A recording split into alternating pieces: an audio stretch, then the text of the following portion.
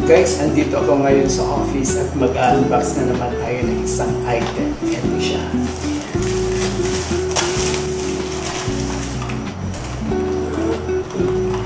Guys, ito nga pala yung trending ngayon na flashlight sa TikTok.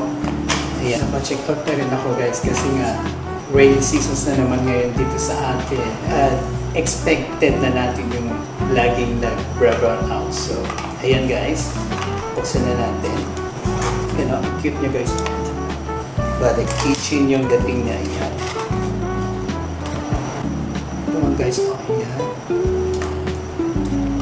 Ito yung talagyan ng charger. So, it's ayan, Type-C guys. Ito yung charger niya guys. So, ang ganda nga yung mga reviews niya guys at saka yung mga comment niya. Kaya, try natin kung gaano ito kalakas ngayon. Subukan natin dyan sa labas. Okay. So ayan guys, andito na ako sa labas. Ayan, try na natin dyan sa building na yan kung gaano nga ito kalakas guys. So guys, ayan, nakita nyo ba ang building na yan guys? Try natin kung may ilawan niya. Ayan. Ay, oo nga guys. So, ang lakas nga niya guys. Oh. Ilawan nga niya yung building guys. Oh. Tingnan natin yung mga iba pang modes guys. So guys, itry pa natin yung mga different function keys ng light na ito. Ayan. So ayan guys, may side light nga siya.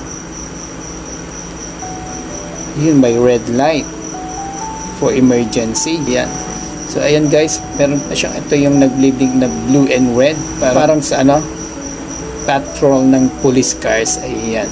So guys, napakaganda pala talaga ng ng flashlight na ito guys. So ayan guys, nakita na ninyo yung different function types ng light nito guys. So if you want to purchase something like this, the link is on the yellow basket.